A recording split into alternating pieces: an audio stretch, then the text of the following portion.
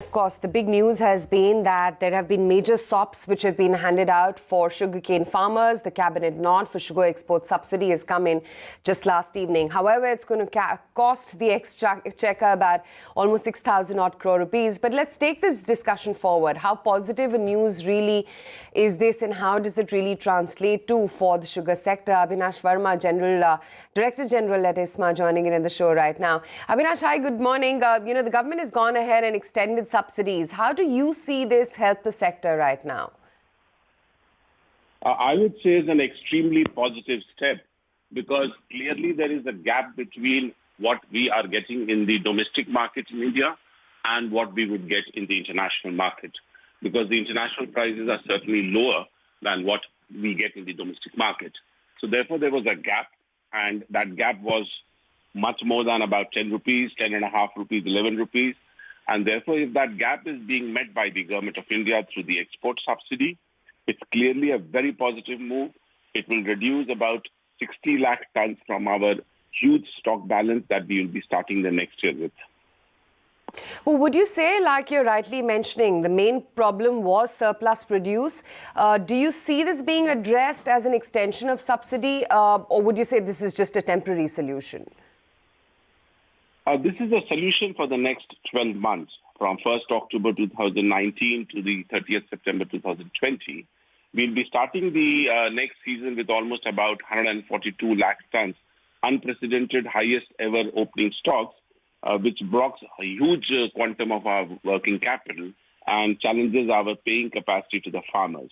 And therefore, if about 60 lakh tons is exported over the next 12 months, it should give us about 18,000 crore of cash flows, which can improve our paying capacity to the farmers, as well as hugely reduce our carrying costs.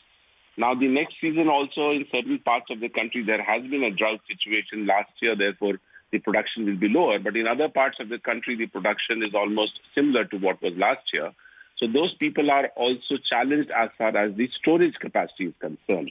They don't have enough warehouses to store the sugar. And therefore, this evacuation of sugar by way of exports help from the government will give them some space also to keep the new sugar in the next season.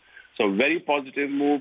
It will improve cash flows. It will reduce carrying costs. It will give the farmers the amount that is due to them on time.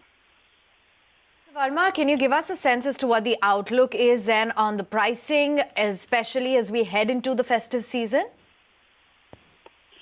See, the domestic prices are going to remain where it is generally at about 31 rupees, 31, 32 rupees, in that range at the mill gate.